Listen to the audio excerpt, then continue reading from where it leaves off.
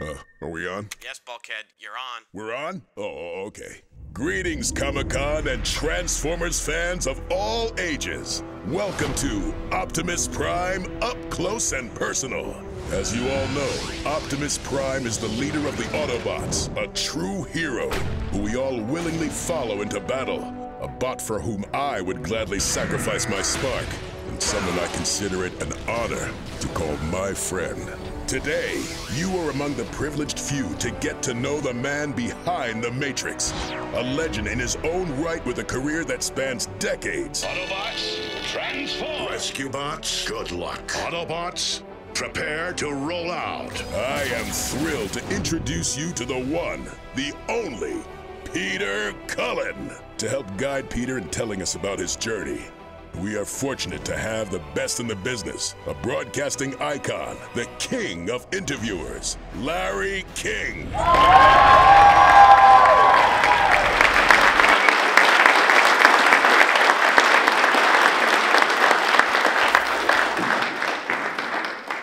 Hey, Beck. Hey. You hear this? Oh. Thank you for that wonderful reception. It's great to be here in San Diego at this incredible convention. We moved from here to Hollywood Boulevard. Anyway, I have interviewed a few folks in my day, but it's rare you see a voiceover actor recognized for his work.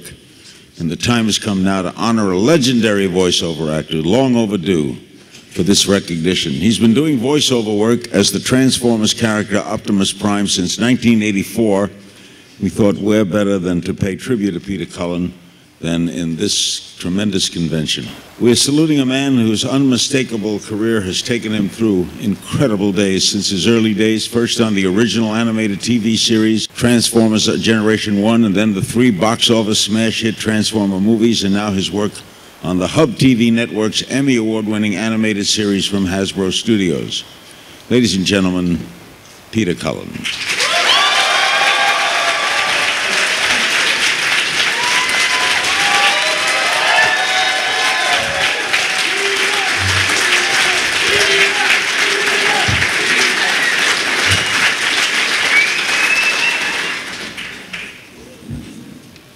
Okay.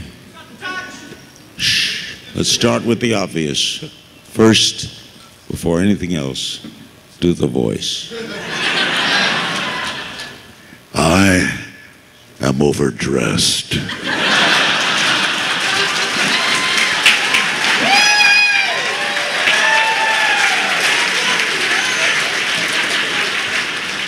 What a career. Spider-Man, the Smurfs, Pac-Man, G.I. Joe, Scooby-Doo. Feature films include the vocals for the main character in King Kong, the Gremlins, the Human Alien in the Predator films, the voice of Car in the Knight Rider TV series, video game credits, Mario and Donkey Kong. How did that come about? Well, Larry, it probably was accidental. When I was a kid, I could do animal sounds, you know, all the calves in the barn. I could do horses, I could do the whinnies, I could all kinds of dogs, and I could do cats. You did dogs by breeds? Yeah, I could do dogs by breeds. I literally could. I could separate a small dog from a large dog, which would always confuse the people that I was working for at the time, you know. But how did you come to do it as a profession? Well, that didn't happen until years later. I had a midnight to 6 o'clock in the morning radio show called Milkman's Matinee. I had a huge audience in Montreal. I think 18 night watchmen, the nurses in the general hospital, you know, just a variety of... Typical all night. Yeah, typical. But I was very lonely, I guess, and I would entertain myself by interviewing people that weren't there. I would impersonate them. You'd invent characters coming into the studio? I would invent characters that would come in, and I would Like, give me an example. Yeah, nice to be here today. I've never had so much fun. What time is it? Well, it's about 3:30. Oh, dear me, it's time to get to bed. So this is a little psychotic. right? You would do these things, and did someone discover this? I mean, how did it start that you would do voiceovers? Well, then they would give me the job of recording some of the commercial advertisers on the radio station, and I got to do a regular voice for a while, and then they made me write copy, so I would write copy and then do my own narration to it. I lasted about a year, and that was it for me. Somebody came down and said, you know, you should be on the stage. So you did theater? I got into theater. Excuse me, Larry. I had graduated from the National Theatre School of Canada. I went to Toronto, did a year of repertory theater, came back to Montreal, was disenchanted with the business, and that's how I got the CKGM radio job. And that led to cafe comedy stuff, and that led to television and radio. What was your first big break? What was the first voiceover you did that got you noticed? It would have to have been when I was in Hollywood now, and I had done a movie, or a 2-hour special, to replace Laugh-In, and I got a sad awakening when we saw the 2-hour special, and my manager just went, "It's going to go nowhere, Peter." And 2 weeks later, I was asked to do the little man in the ball on the Sonny and Cher show, and at the same time wait for 16 counts and then say, well, it went like this. It's a Sonny and Cher show. And then I go, wait a minute. This was your big break. This is my break. So somebody heard this and said, that guy's got it, man. Then the kettle drums went off, and all I had to say was, ladies and gentlemen, Sonny and Cher. And then they said, who is this guy? All right, what this audience would be most interested in, obviously, let's talk about Optimus. There you go. Now, we were talking earlier, we were doing an interview as to how you got that voice. There's a lot of ways you could have done that character. You could have done him broad, loud, but your brother had a softer voice, and he recommended you go soft, right?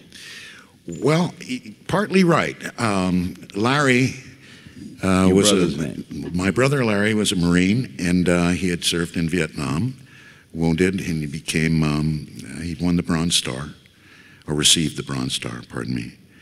And then became a captain after that. And we were living together in Burbank, California.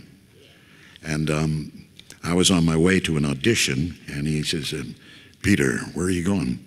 I said, I'm going to audition, Larry. For what? He said, for a truck.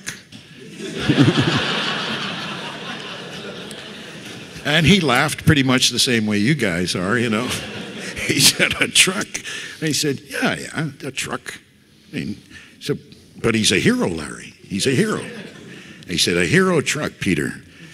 Well, Peter, be a real hero. Don't be one of those run-of-the-mill heroes. You know, they're always screaming and yelling. And said, be gentle, be calm, be soft. Lead, you know, be strong enough to be gentle. I said, okay. He said, and good luck. I took that with me, and Larry, I got to the audition, I read the sides, and Larry just jumped off the page, and I just said, you did his voice. Did him. Just the way he would be calm, you know, I'd say. So tell me how you discovered that into this apparatus, right? Do that voice again as to how you got it. I would think down inside and I just thought of Larry he's always truthful, honest, and strong. And he never raised his voice, you know. He could get it done with a look in his eye. And just by saying, you know, if I had, you know, taken his baseball glove or something, he could just look at me and say, Peter, put it back.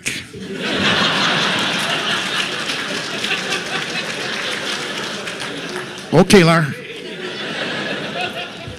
Wow. What does Optimus Prime mean to you? Why does the public love him? Well, it was a surprise to me to find out years later, but I think it's what he stands for. He was brilliantly created, and he's well written, and I just added Larry's composure. And I think it's all about character. I think it's strength of character. I think it resonates with courage, dignity, honor, responsibility, courteousness, and strength. You know. What about when they had him killed?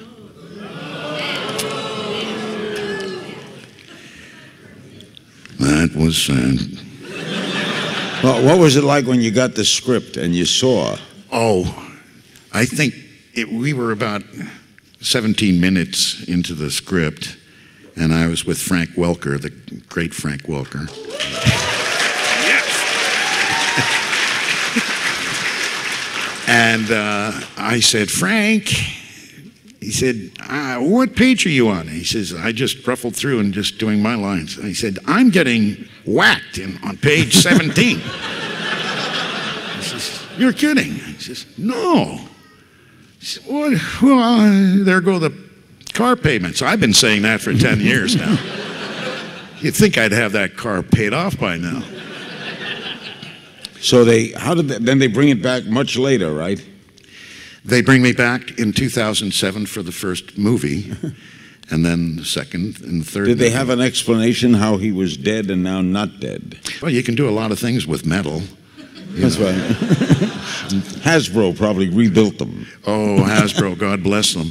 You know, God bless Hasbro, and especially now the Hub, Discovery Hub, their network. And we have Transformers Prime now, which is a whole new generation of children. And I'm really grateful for them. Yeah.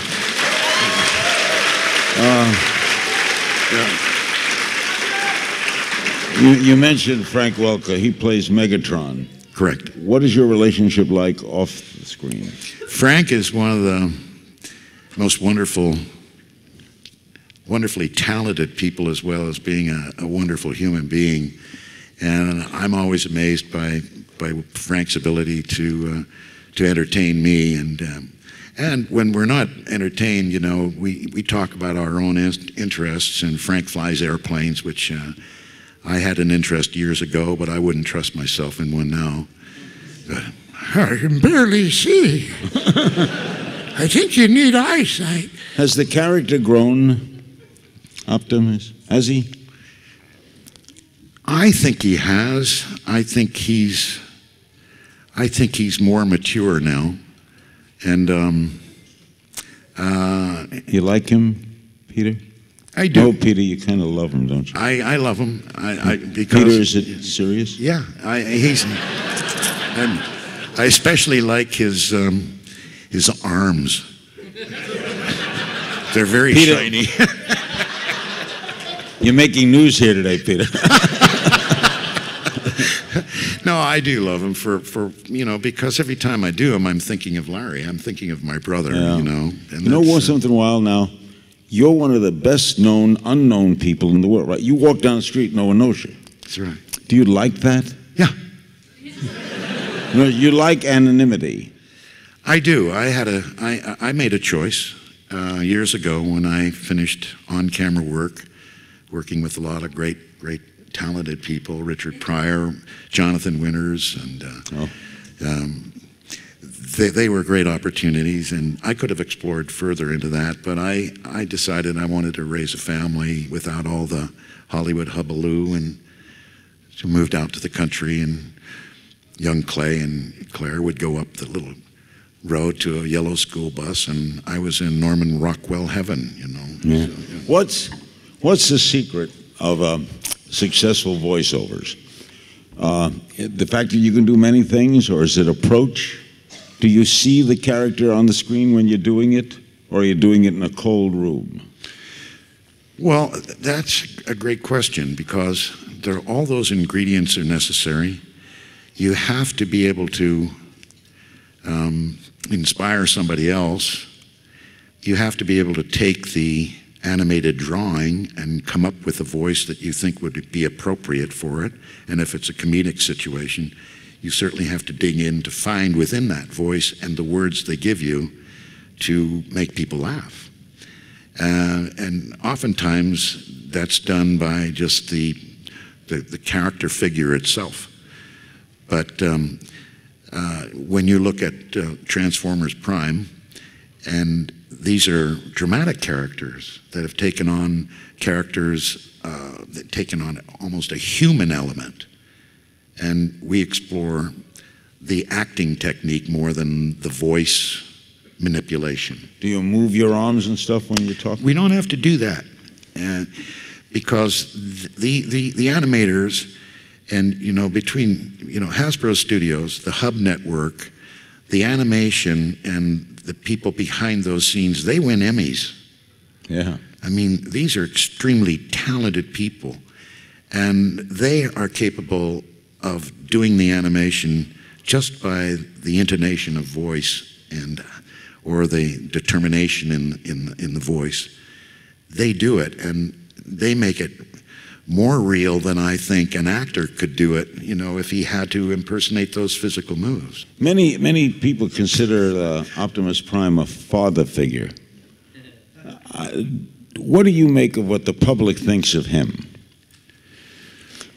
Well, there's truth to that in many ways. I think Prime's character is trustworthy, and and he's reliable. And through my experiences in rooms like this, I've talked with young men that didn't have a father, and latchkey kids that were raised by Optimus Prime, and they were very grateful that I was there in their childhood, and that was a big surprise to me, and I developed a huge responsibility to maintain that. Does he have a fault? I'm sorry? Does he have any faults? He can have faults, and I'm sure I've made them for him. No, I mean, no one's probably. Is there any weakness in the character you see? Is he too sensitive? I don't think so. I don't write the script, number one, and if there ever was an opportunity that suggested that perhaps Optimus Prime was leading or going in another direction, I would be very, very insistent to say no. And I've never had that problem. Would you like him to have a relationship? Let's see. That would be very interesting. Folks, we have a microphone in the middle. We could line up there, and we'll start with the lady. How do you feel about other voice actors that have voiced Optimus Prime? Well, when I finished with Optimus Prime in 1986, I didn't pay too much attention after that. That's understandable. Not that I disliked anybody else that replaced me. It was just that I had to move on and do other things, and I was very busy. And my kids were grown enough to the point where they were no longer watching, cartoons. They were becoming very, very active in sports. And I just wanted to say you've had such a big effect on my life, and thank you. And my question is, we all have our favorite Optimus Prime quote, but I would like to know what yours is and why. I think the one that stands out more than any other is the line, "Hold on to your dreams. The future is built on dreams." Oh, wow. Next. Thank you. You've played Optimus Prime for a very long time. I was just wondering if things have been different. Would there be any other Transformer that you would have liked to play the voice for?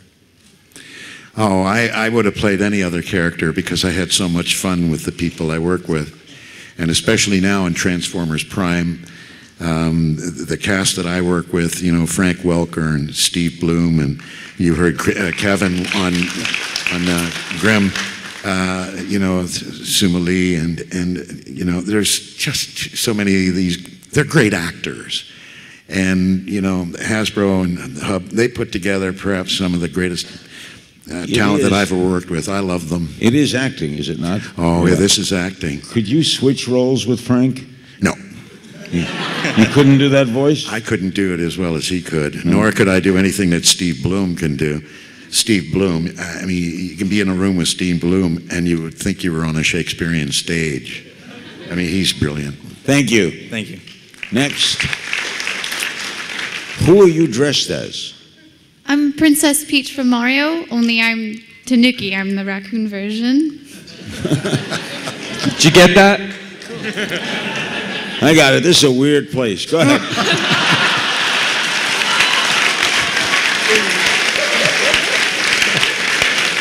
Well, with all due respect, you're here too.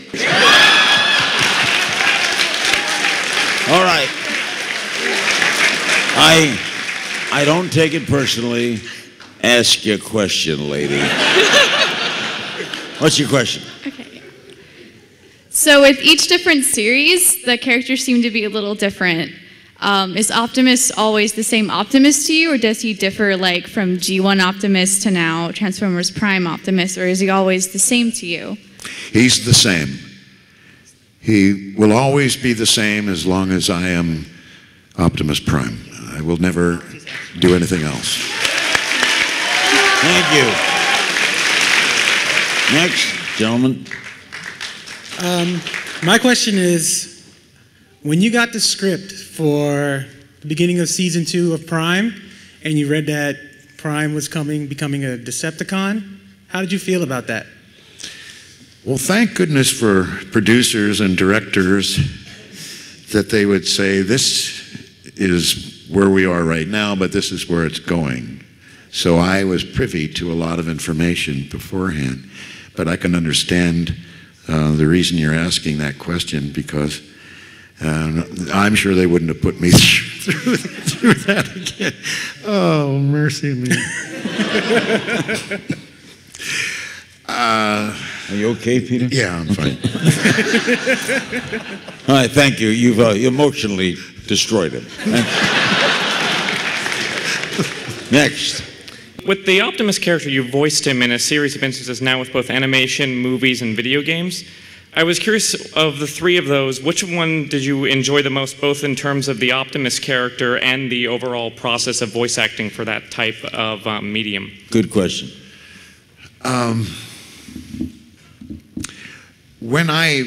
First of all, let me preface this by saying, with Hasbro Studios, I mean, the Hub Discovery Network with Transformers Prime, let's isolate that.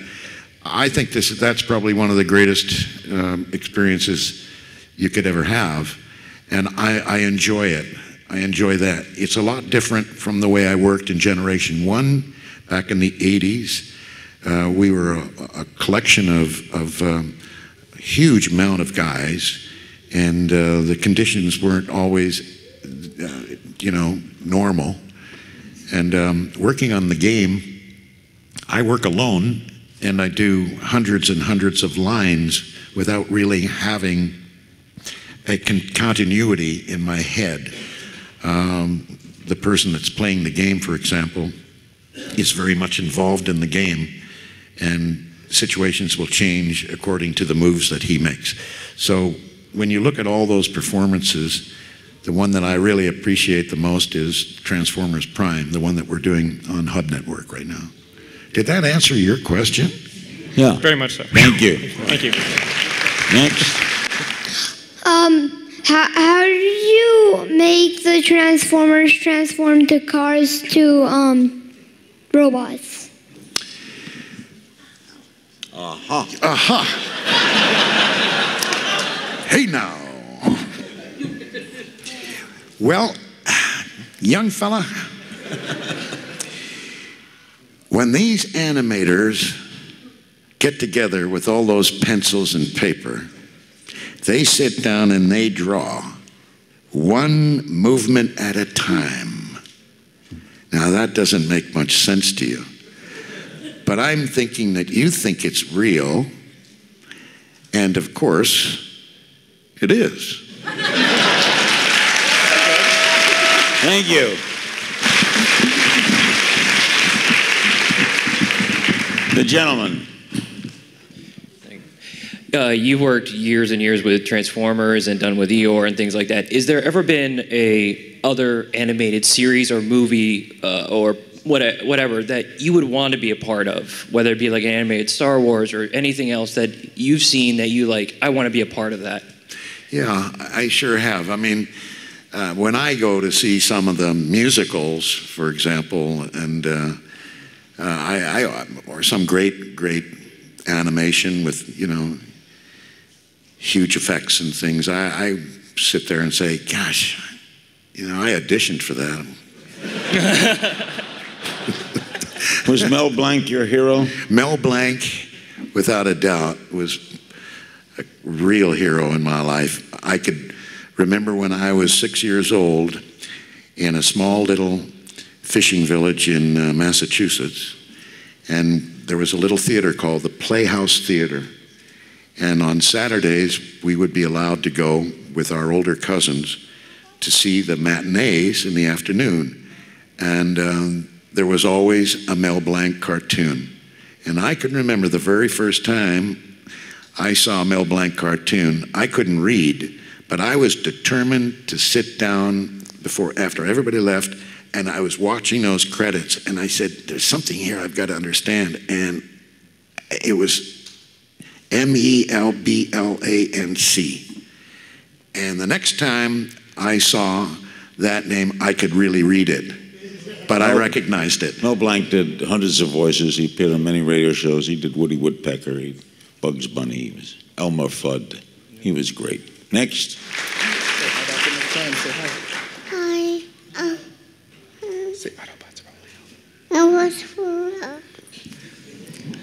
His name is Vincent. Sometimes he acts like a Decepticon. Do you have any advice for him? Optimus Prime is talking to Vincent. Vincent, are you listening? Yeah.